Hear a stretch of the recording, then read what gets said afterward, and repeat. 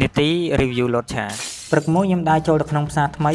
ហើយមើលម៉ោងទៅក៏ឃើញថាលើសម៉ោងអាហារពេលព្រឹកហើយនិយាយធម្មតាទៅព្រឹកហ្នឹងគឺខ្ញុំមករករសឆាហូបនៅក្នុងផ្សារធំថ្មី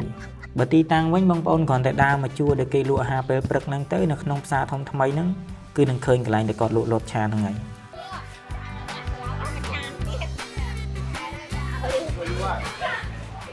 សួស្តីបាទរសឆាយើងគឺមកដល់ហើយគឺអានេះរូបរាងរសឆាគឺខ្ញុំដាក់ទាំងអស់គឺពងទាសាច់គោហើយនិងប៉ាតេ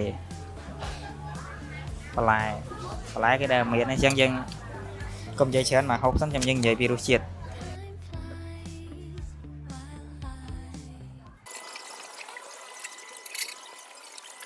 អូឆ្ងាញ់ណាស់នោះតើទេបងអញ្ចឹងរសឆាមិញតម្លៃ 10000 រសជាតិវាហ្នឹងគឺសម្រាប់ខ្ញុំគឺឆ្ងាញ់ហើយប៉ុណ្ណឹង